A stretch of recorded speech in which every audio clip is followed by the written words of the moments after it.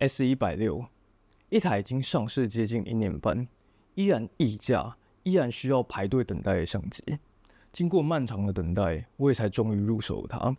作为 Sony 长期的无版用户，在陆续升级有风格外观的机身之后，其实也有想过要不直接转让 S160，但在我带着它到塔斯马尼亚旅行之后，我的想法改变了。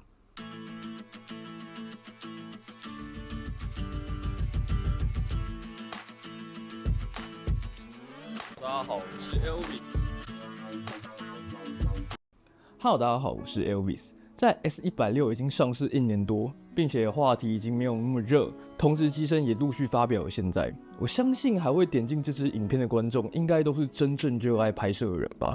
这边我想要先问大家一个问题：旅行的时候，你们会带什么样的相机出门？当然，这个问题肯定是因人而异，同时也会是很多人的疑问：自己究竟适合带什么样的相机，什么焦段？对我来说，因为工作的关系，很常需要带着各种器材出国，也因为这样，我的行李都好重。那可能对很多人来说，当兴趣成为工作是一件梦寐以求的事情，但实则是蛮容易消磨热情的。也因为如此，街拍成为了我在边工作边旅行的空档，调剂自己很重要的时刻。S100系列的街拍属性，相信大家早已非常明白。相对小巧的机身，能够让我放进羽绒外套的口袋，在南半球寒冷的冬天，在这个澳洲最接近南极的塔斯马尼亚，随手就能够掏出来街拍。富士招牌的底片模拟，这几年也成为了各大厂相继仿效的对象。这其中当然也包括了 Sony。风格外观确实带给了 Sony 用户在直出时更加个性化的选项，实际效果也足以产出不错的照片。但对于我在使用它们拍摄时候的感觉还是完全不同的。A7R5 可靠 ，AI 对焦，出色的画质与操作性，在都体现出它是一台优秀的工作伙伴。但在我想要转换心情、放慢自己的拍摄步调时，透过 S160的旁轴光学观景窗来观察这个世界。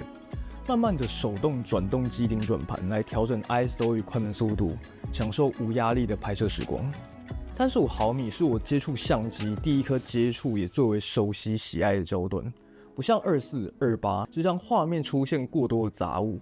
35的视角恰好可以在专注主体的同时，保留些许叙事的背景。这一切真的都很令人着迷。在我入手 S160之前，我原本以为这类产品永远不会是我购入相机的前提选择。我注重性能、稳定，还最好是能够同时完成许多不同的任务。看起来这一些完全都不是 S100能够胜任的，对吧？毕竟这就是一台极度个性化，并且在这一点上点满天赋的相机。不过我认为到了现在这个时点，在6代得到更现代化的强化之后，似乎它的各种表现，包含对焦、拍照、录影时候的防守阵，都已经有点超乎我的预期了。在之前聊其他相机的影片里面，我应该已经不止一次的说过，4K 60是我认为目前现代机身的一个门槛。60P 不会是决定一支影片优劣的关键，但确实给了拍摄者更多的发挥空间。S160在能够拍摄 4K 60的基础上，更支援了 6.2K 的录制规格，加之还能够搭配底片模拟来一起使用，这也为生活创作带来了弹性，不用像拍 Vlog 一样每次都要调过才能看。底片模拟的影片直接发，那这才符合大多数人的使用逻辑。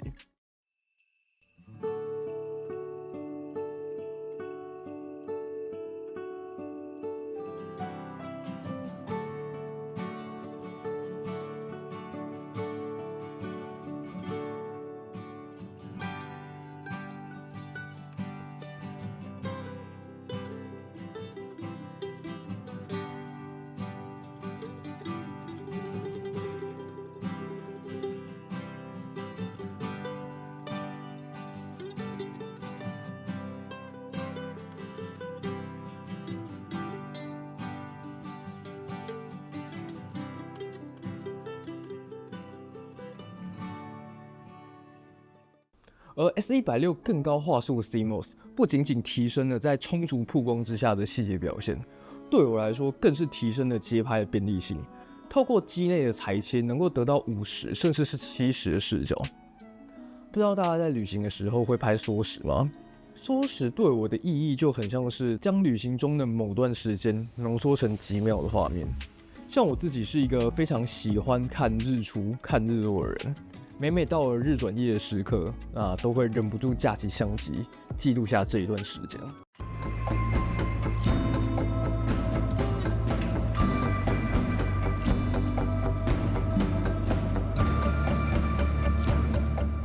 相信大家每次出国的时候，应该都或多或少遇过，因为拍了太多的美景，或者是本身的工作就需要大量拍摄，手机空间或者是记忆卡容量吃紧的情况吧。像是我刚刚所拍摄的日转夜缩时，动辄就是200多张照片，甚至是更多，更别说还有更多档案更大的影片需要做简单的处理了。此时拥有轻便小巧、速度又够快，足以在硬碟上直接编辑的 SSD 就显得非常的重要。那我个人平常都主要是使用 Unitech 的外接盒，搭配2230 M.2 的 SSD。那这款外接盒不仅是满足我上述所说的一切需求，更支援了磁吸的功能。平常能够直接吸附在 MacBook 上面，有着更好的一体性与携带性，更能够让我在使用 iPhone 拍摄 ProRes RAW 时，省去了使用兔笼固定的麻烦。作为一名摄影师，一直以来我都抱持着一个想法，无论是手机、随身 DC 还是无反，或者是其他形态的相机 ，anyway， 它们对我来说都只是创作上的工具。我会根据拍摄的环境、易用性、照片用途等等来决定我当下要使用什么样的工具来进行拍摄。成就一张好的照片或者是一段影像，关键从来都在于我自身。那 S160恰好就是能够让我在街拍时最舒适的选择。或许从各个层面来说都并非它不可，但最后我只想说，它确实令我难以割舍。好啦，今天影片就到这里，看完别忘记按个赞。那想要看到我更多旅行照片的，也欢迎 follow 我的 Instagram。大家拜拜。